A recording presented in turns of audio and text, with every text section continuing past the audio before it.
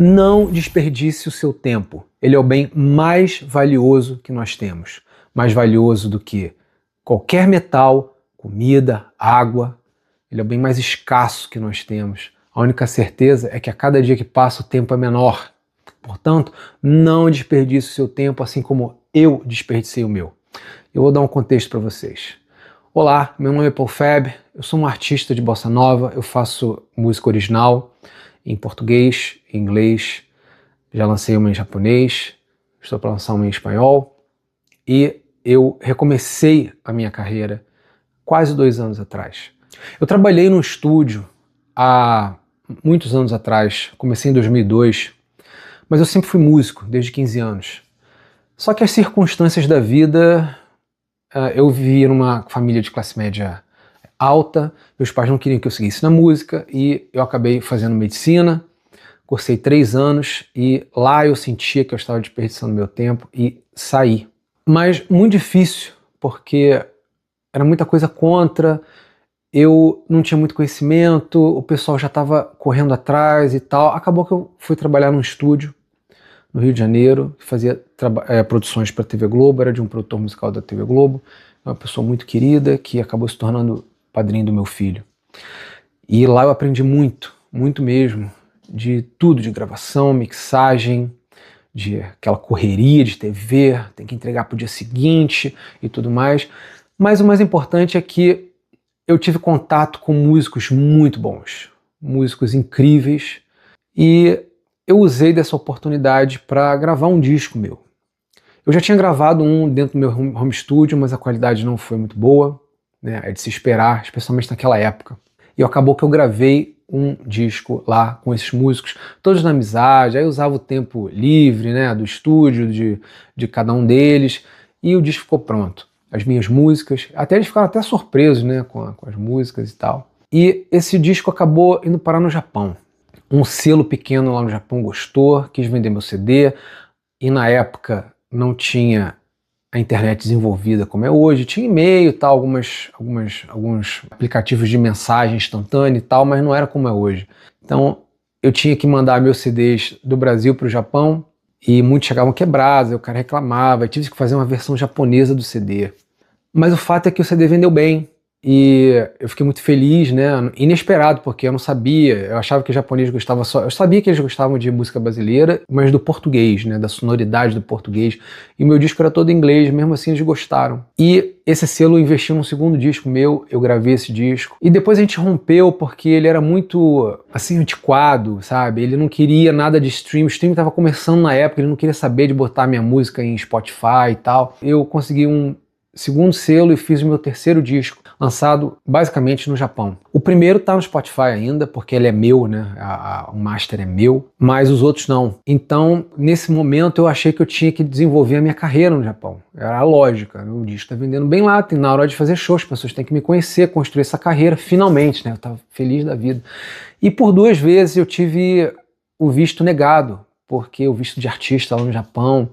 E eu penso que eu acabei pagando bastante o preço por não ser bem conectado aqui no Brasil. Eu nunca beijei a mão de ninguém, eu sempre admirei os artistas e tal, mas nunca fui de ficar fazendo amizade pra sabe, usufruir de alguma forma de uma indicação. Às vezes não é nem de dinheiro que eu tô falando, mas é de uma indicação. Mas acabei pagando preço por isso, porque vários amigos meus iam tocar no Japão com artistas, né, esses músicos que eu falei pra vocês, e acabou que eu não fui. Então eu fiquei muito chateado com essa situação, muito chateado mesmo, eu cheguei a ficar deprimido e falei, não quero mais saber de música, não é a minha praia, sabe, inclusive por falar em praia, a sensação que eu tinha era realmente de morrer na praia. Continuei trabalhando no estúdio, mas não fiz mais música. E assim fiquei por quase 15 anos. Em 2020 eu me mudei para o Canadá. Tem quase 6 anos que eu moro aqui, me tornei canadense. Vocês que já viram vídeo aí de gente que migra e tal, é um recomeço, né? A sua vida começa do zero, esquece tudo que você tem lá, começa de novo. E aqui nesse recomeço, eu senti que era a hora de eu me dedicar à música novamente, depois de alguns anos. E assim eu fiz. Há quase 2 anos atrás, eu recomecei o meu trabalho com um novo nome, que é Paul Feb, que é esse que eu falei pra vocês. Inclusive, se vocês quiserem ouvir minhas músicas, eu vou botar o link aqui embaixo. E recomecei nessa nova era do stream, entendendo, né? Porque eu estava acostumado com a época do CD, de gravadora e rádio, mas hoje em dia é tudo diferente. Eu tive que me readaptar. Agora, o fato mais importante é o seguinte: nesse meio do caminho que eu tô agora, eu completei 50 anos. E 50 anos é um número que mexe com a gente, cara. Pelo menos mexeu comigo, é meio século, um número redondo, e a sensação é de que realmente agora o tempo está contra mim. E eu, que já desperdicei bastante tempo lá atrás, esses 10 anos que eu fiquei, esse grande hiato que eu tive na música, e voltei agora, eu sinto que eu estou correndo atrás do tempo perdido. Se eu tivesse insistido, talvez as coisas teriam sido diferentes, talvez outros caminhos tivessem se aberto para mim, mas o fato foi que eu desisti e estou pagando preço por isso. Hoje em dia, o ideal, né, é você lançar uma música de 4 a 6 semanas. Eu tenho lançado a cada 4 semanas, basicamente. Então pensa bem, são 12 músicas por ano. Em 10 anos, quando eu tiver 60 anos, eu vou ter lançado 120 músicas se eu conseguir manter esse ritmo. Só que para mim, 120 é muito pouco. Eu penso em 300, 400, 500, quem sabe. Assim como os meus ídolos. Eu me espelho realmente nos meus ídolos. Tom Jobim, Noel Rosa, que fez muito em tão pouco tempo, e outros. E eu penso então nesses números. E para mim começa a ficar meio complicado, porque a sensação é de que o tempo está contra. Mas o fato é que nesses menos de 2 anos eu lancei já 28 músicas. Muitas delas são músicas minhas daquela primeira época que eu regravei. Algumas são novas, já tenho outras novas também aí preparadas para sair, mas essa história do tempo é mais um obstáculo que atrapalha. Só que hoje em dia, depois de já ter passado por 2 situações parecidas de existência, hoje em dia eu tô meio teimoso.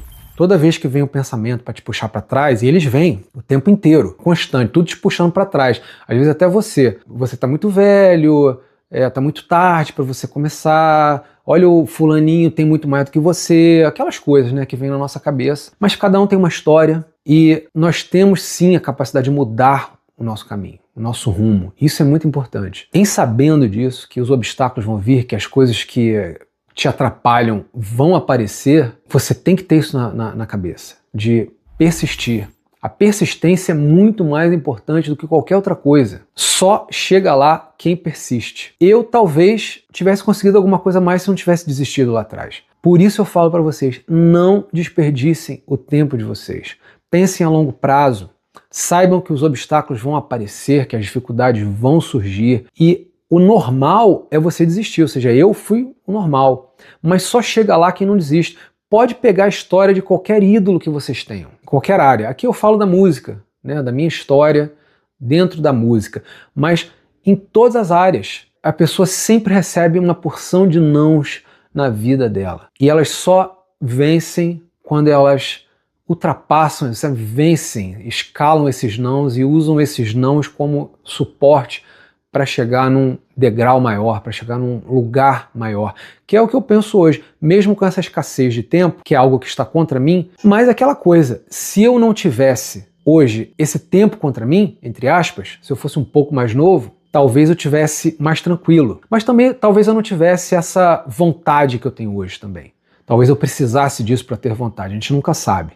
Mas o fato é, tudo é melhor quando o tempo está a seu favor. Isso é fato. Então eu hoje adoraria que o tempo estivesse a meu favor, que eu tivesse muito mais tempo, né? A gente nunca sabe o tempo que a gente tem, mas em teoria, ali se eu tivesse meus 20, 30 anos hoje, seria muito melhor.